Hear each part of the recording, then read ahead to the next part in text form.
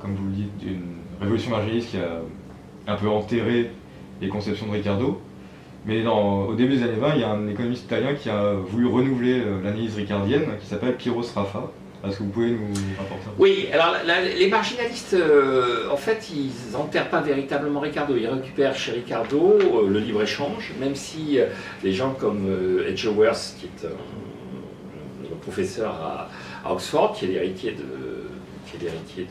Senior et qui est le contemporain de Marshall, se pose la question de savoir si le libre-échange est aussi efficace que le dit Ricardo. C'est-à-dire qu'au moment où les marginalistes écrivent, les pays qui montent en puissance, qui sont le Japon, les États-Unis, l'Allemagne, sont des pays qui axent leur développement économique sur le protectionnisme. Et donc il y a un débat, est-ce que véritablement le libre-échange est le meilleur moyen d'organiser l'économie, ou est-ce que le succès que remportent ces pays ne justifierait pas le protectionnisme? Alors, sachant que les États-Unis sont dans une situation un peu particulière, ils n'importent pas de marchandises, et pour substituer à ça, ils apportent des hommes. C'est-à-dire, ce qui circule, c'est plus les marchandises, c'est plus les capitaux, ce sont les hommes qui arrivent chez eux. Donc, mais globalement, les marginalistes récupèrent plutôt l'idée que le libre-échange est plus efficace, l'idée qu'il y a équivalence entre l'impôt et le déficit, la dette, donc ça ne sert à rien de faire de la dette publique, et ils récupèrent aussi cette idée des rendements décroissants. Alors les rendements décroissants, ils n'expriment pas, en parlant de rendements décroissants, ils disent que le coût marginal est croissant. Et donc ils construisent toute leur théorie sur un coût marginal croissant qui va donner lieu à l'équilibre de marché grâce à une offre qui, de ce fait, est exprimée par une courbe d'offres qui elle-même est croissante. Donc ils récupèrent un certain nombre de choses, mais c'est vrai qu'ils ont abandonné chez Ricardo la segmentation en groupes sociaux, en classes sociales. Ils ont abandonné la valeur travail et ils ont une vision de la monnaie qui est une vision de la monnaie moins centrée sur les talons or. Ils commencent à sentir le rôle du crédit, et puis il y a des gens comme Wicksell qui commencent à les secouer un peu autour du crédit. Alors Sraffa, c'est qui? Sraffa, en fait, comme son nom l'indique, il est italien, et puis dans les années 20, il est de gauche, d'une gauche, on ne sait pas très bien il appartient à l'aile gauche du Parti socialiste italien, il a des doutes sur ce qui se passe en Union soviétique, et en tout cas, ces doutes, l'autorité fasciste n'en tient pas compte, en tout cas elle n'a rien à faire, et il est obligé de s'exiler, il va s'installer au Royaume-Uni, et au Royaume-Uni, il s'installe au Trinity College, où enseigne également Keynes.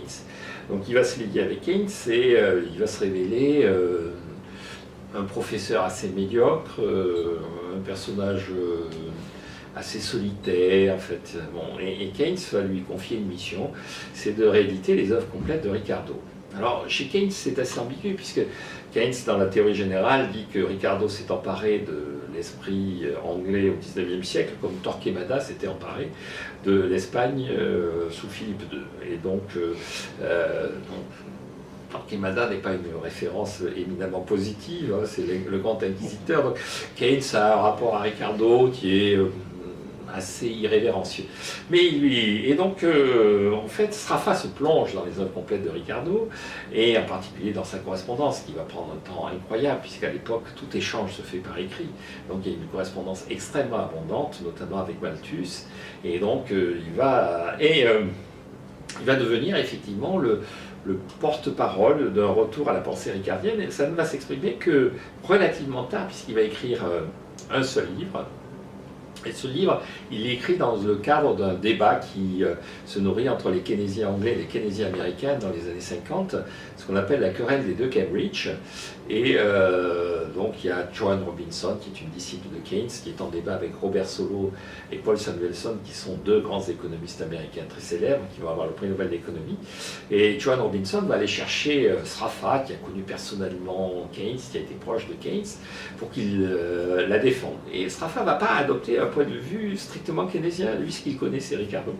Et il va publier un petit livre qui va réhabiliter l'idée de Ricardo, et notamment cette idée que c'est les marchandises qui créent des marchandises, que c'est le travail qui est derrière toute création de richesse, et que si on veut décrire une économie, il faut analyser systématiquement où sont les flux de travail et où sont les quantités d'heures de travail qui sont mobilisées, et si on veut comprendre ce qu'est un taux d'intérêt et un taux de profit, il faut absolument analyser comment une partie des heures heures de travail sont consacrées à rémunérer le travail, une autre partie est consacrée à rémunérer le capital.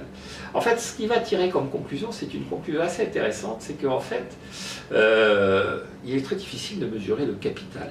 C'est-à-dire qu'en général, on mesure le capital en additionnant des objets, des machines. Ça, il dit très difficile à mesurer. Et on mesure le capital par son rendement. Et il dit, en fait, là aussi, c'est très difficile à mesurer. Et il va arriver à la conclusion que la seule façon objective de mesurer du capital, ce serait d'être dans une situation où il y a une seule forme de capital. Il y a un seul bien produit. Et donc, alors c'est toujours d'actualité en fait, parce que quand on veut mettre un impôt sur le capital, il faut le mesurer.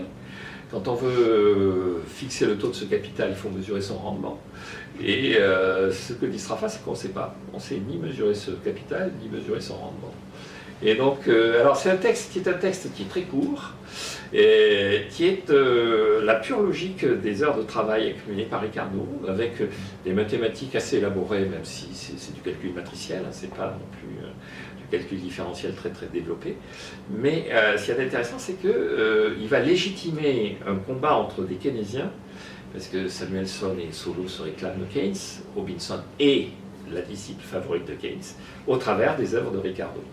Depuis SRAFA et puis ces combats entre keynésiens, en fait, il y a eu un retour vers Ricardo au travers de ce qu'on appelait la nouvelle macroéconomie classique, qu'il ne faut pas confondre avec la macroéconomie néoclassique. La nouvelle macroéconomie classique, ce sont des économistes américains, puisque au XVIIIe siècle, la puissance dominante, c'est la France, les économistes sont français. Ricardo, il est anglais dans une puissance dominante qui est le Royaume-Uni, et maintenant, l'économie tourne autour des facultés et des universités américaines. Et ces économistes américains vont essayer de critiquer le keynésianisme en revenant à Ricardo et en considérant au départ qu'il y a ce qu'on appelle équivalence ricardienne. Le personnage qui va lancer ça, c'est Robert Barrault, et il va repartir de cette idée que lorsque l'État s'endette, qui est quand même un des points clés du keynésianisme, c'est-à-dire la capacité à relancer l'activité économique par le déficit budgétaire, Robert Barrault va, s'appuyant sur Ricardo, dire qu'en réalité, il y a cet effet de substitution, cet effet d'éviction qui fait que, en augmentant la dépense publique grâce à l'emprunt, en fait, on baisse la dépense privée. Alors, chez Ricardo, encore une fois, si vous augmentez la dépense publique, vous faites un prélèvement sur le revenu des ménages, soit sous forme d'impôt, et ça c'est assez évident, soit sous forme d'emprunt, parce qu'ils achètent les titres publics, et donc cet argent qu'ils ont apporté à l'État, ils reçoivent en échange des titres publics, mais cet argent, ils ne peuvent pas le dépenser, ils ont épargné. Et donc, Robert Barrault dit l'augmentation de la dépense publique se traduit normalement par une augmentation soit des impôts, soit du taux d'épargne. Et donc les keynésiens disent mais pas du tout, parce qu'il suffit de financer le déficit budgétaire, non pas par l'épargne, mais par de la création de monnaie. On fait tourner la planche à billets, ce qui sur le plan monétaire consiste à demander aux banques d'acheter les titres publics, et puis si on se débrouille bien, suivant l'organisation de la Banque centrale, tout ça se termine dans les caisses de la Banque centrale. À ce moment-là, ça devient du quantitative easing, et donc ça prend une forme de noblesse intellectuelle. Ce que dit Robert Barrault, c'est que même dans ces cas-là, le taux d'épargne des ménages augmente, même quand c'est les banques qui achètent les emprunts d'État, et même quand ils créent de la monnaie. En fait, il y a un mécanisme d'anticipation rationnelle qui fait que les ménages finissent par se dire que au bout du bout, il faudra bien quelque part rembourser cette dette qui s'accumule. Et donc, cette dette, même souscrite par les banques, finira par devenir de l'impôt. Et donc, il vaut mieux mettre de côté, sous forme d'épargne, de quoi faire face à la prochaine politique d'austérité, à la prochaine vague d'augmentation des impôts. Et donc, Robert Barrault va relancer cette idée ricardienne que chaque fois qu'on augmente la dépense publique, on diminue la dépense privée, soit par une ponction sous forme d'impôt, soit par une augmentation du taux d'épargne, que ce soit par souscription des bons du Trésor, ou que ce soit par anticipation des impôts à venir qui vous obligent à préparer sous forme d'épargne la vague d'austérité future.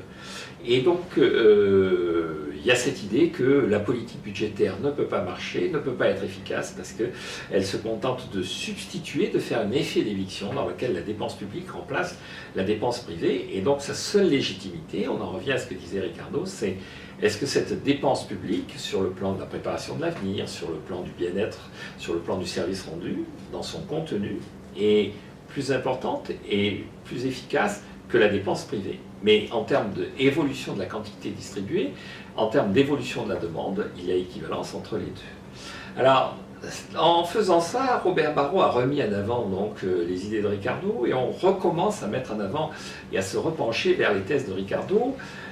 Il y a un domaine dans lequel il avait toujours été assez présent et sur lequel on insiste de plus en plus, c'est la défense du libre-échange. Et donc, les organisations internationales qui défendent le libre-échange mettent toujours en avant cette notion d'avantage comparatif, c'est cette nécessité, effectivement, de spécialiser les économies dans le secteur sur lequel elles sont de plus en plus efficaces.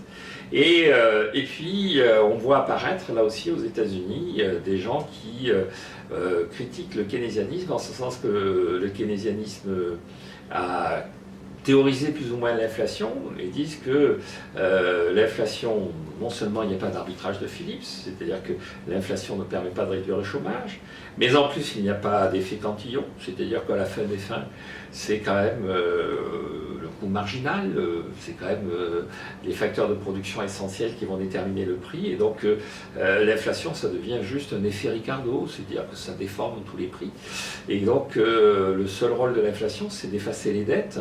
Et donc la question que l'on doit se poser, c'est quelle est la légitimité de ces dettes que l'on efface ainsi par la perte de pouvoir d'achat. Enfin, le dernier domaine dans lequel on est en train de se poser des questions sur le keynésianisme vis-à-vis de Ricardo, c'est l'explosion du système monétaire. C'est-à-dire que les talons or recommencent à avoir des défenseurs. Alors, en France, on parle beaucoup de Jacques Rueff, qui avait été le conseiller du général de Gaulle, qui avait été haut fonctionnaire et un économiste assez connu dans les années 30, 40, 50. Mais aux États-Unis, en Angleterre, quand on veut revenir à l'étalon or, on se réfère de plus en plus à Ricardo en disant que, évidemment, l'étalon or avait des vertus qui étaient une forme de stabilité, donc de prévisibilité de la situation économique, qu'il avait éventuellement, il était susceptible d'être accusé de faire des pressions déflationnistes, mais que de toute façon, l'échange flottant actuel n'empêche pas la menace déflationniste, puisqu'on n'arrête pas de la brandir sous les yeux du public et des banques centrales, donc ce n'est pas l'étalon or qui peut être accusé. En revanche, l'étalon or aurait garanti une forme de stabilité dans les échanges, et donc une forme de prévisibilité qui est toujours bonne à l'investissement. Donc Ricardo fait une espèce de retour sur l'équivalence ricardienne sur les finances publiques, l'effet Ricardo, effet Cantillon, l'inutilité de l'inflation et la nécessité d'avoir un système monétaire stable, sachant que sur le libre-échange, Ricardo a toujours été, quand on regarde les théories, l'indépassable défenseur du libre-échange. Et fondamentalement, même dans les périodes les plus protectionnistes, les hommes politiques ont honte de faire du protectionnisme.